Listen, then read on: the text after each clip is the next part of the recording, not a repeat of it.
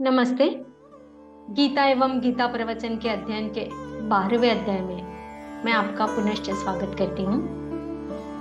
सगुण निर्गुण दोनों परस्पर पूरक हैं। विनोबा जी कहते हैं, रामचरित्र का दृष्टांत।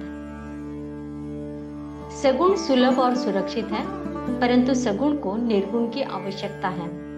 सगुण के विकास के लिए उसमें निर्गुण रूपी तत्वनिष्ठा रूपी बौर आना चाहिए। निर्गुण सगुण परस्पर पूरक है, परस्पर विरुद्ध नहीं है। सगुण से निर्गुण तक मंजिल तय करनी चाहिए और निर्गुण को भी चित्त के सूक्ष्म मैल धोने के लिए सगुण की आर्द्रता चाहिए। दोनों एक दूसरे के कारण सुशोभित होते हैं। यहाँ दोनों प्रकार की भक्ति रामायण में बड़े उत्तम ढंग से दिखाई गई है।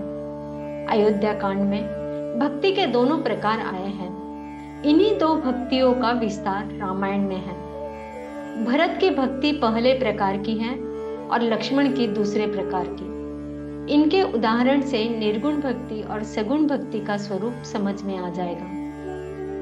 राम जब वनवास के लिए निकले तो वे लक्ष्मण को अपने साथ ले जाने के लिए तैयार नहीं थे। राम को उन्हें साथ ले जाने की कोई जरूरत नहीं मालूम होती थी। उन्होंने लक्ष्मण से कहा, लक्ष्मण, मैं वन में जा रहा हूँ, मुझे पिताजी की ऐसी ही आज्ञा है। तुम घर पर रहो, मेरे साथ चलकर दुखी माता पिता को और अधिक दुखी न बनाओ। माता पिता की और प्रजा की सेवा करो। तुम उनके पास रहोगे तो मैं निश्चिंत रहूंगा। तुम मेरे प्रतिनिधि के तौर पर रहो। मैं वन में जा रहा हूँ, इसका अर्थ यह नहीं कि किसी संकट में पड़ रहा हूँ, बल्कि ऋषियों के आश्रम में जा रहा हूँ। इस तरह राम लक्ष्मण को समझा रहे थे, परंतु लक्ष्मण ने राम की सारी बातें एक ही झटके में उड़ा दी। एक घाव दो टुकड़े। तुलसीदास जी ने इसका बढ़िया चित्र खींचा है। लक्ष्मण कहते हैं, आपने मुझे उत्कृष्ट निगम नीति बताई है, वास्तव में मुझे इसका पालन भी करना चाहिए, परंतु यह राजनीति का बोझ मुझसे नहीं उठ सकेगा। आपके प्रतिनिधि होने की शक्ति मुझ में नहीं है, मैं तो बालक हूँ। बिनि मोहि सीख निकि गोसाई, लागी अगम अपनी कदराई। नरबर धीर धर्म धुरधारी, निगम नीति कहूते अधिकारी। मैं सीसु प्रभु सस्नेह प्रतिपाला, मंदरु मेरु कीले ही मराला। हंस क्या मेरु मंदिर का भार उठा सकता है? भैया राम, मैं तो आज तक आपके प्रेम से पला फूसा हूँ। आप यह राजनीति किसी दूसरे को सिखाइए, मैं तो बालक हूँ। यह कहकर लक्ष्मण ने सारी बात खत्म कर डाली। मछली जिस तरह पानी से जुदा नहीं रह सकती, वही हाल लक्ष्मण का था। राम से दूर रहने की शक्ति उसमें नहीं थी। उसके रोम रोम में सहानुभूति भरी थी।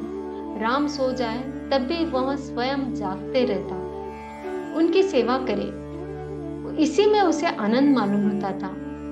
हमारी आंख पर कोई कंकड़ मारे तो जैसे हाथ फौरन उठकर आंख पर आ जाता है और कंकड़ की मार झेल लेता है, उसी तरह लक्ष्मण राम का हाथ बन गया था। राम पर यदि प्रहार हो तो पहले लक्ष्मण उसे झेलता।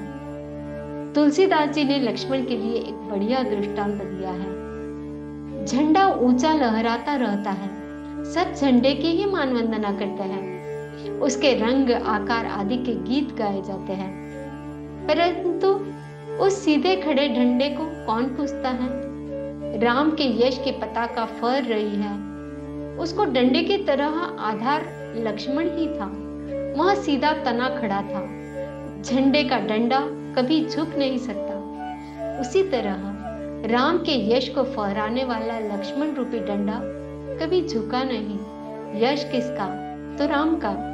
संसार को पताका दिखती है, डंडे की याद नहीं रहती। मंदिर का कलश दिखाई देता है, नींव नहीं। राम का यश संसार में फैल रहा है, परंतु लक्ष्मण का कहीं पता नहीं। 14 साल तक यह डंडा सीधा ही तना रहा, जरा भी नहीं झुका।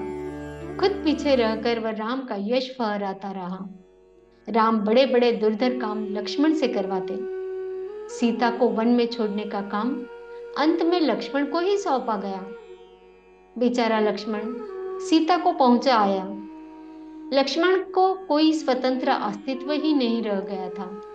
वह राम की आंख, राम के हाथ पांव, राम का मन बन गया था। जिस तरह नदी समुद्र में मिल जाती है, उसी तरह लक्ष्मण की सेवा राम में मिल गई थी। वह राम की छाया बन गया था। लक्ष्मण की यह भक्ति सगुण थी। आइए कुछ श्लोक पढ़ते हैं। द्वादश अध्याय से 11वां श्लोक चल रहा है।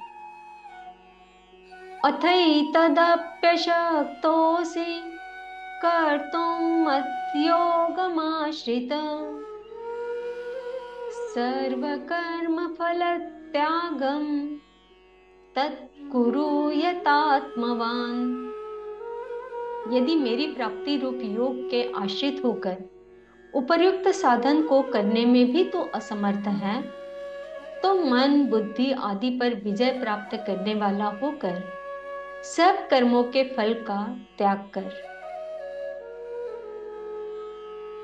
श्रेयो हि ज्ञानमभ्यासात् ज्ञानात् ध्यानं विशिष्यते ध्यानात् कर्मफलत्याग त्यागात् शान्तिरनन्तरम्। मर्म को न जानकर किए हुए अभ्यास से स्वरूप का ध्यान श्रेष्ठ है और ध्यान से सब कर्मों के फल का त्याग श्रेष्ठ है, क्योंकि त्याग से तत्काल ही परम शांति होती है। श्री कृष्णार्पणम।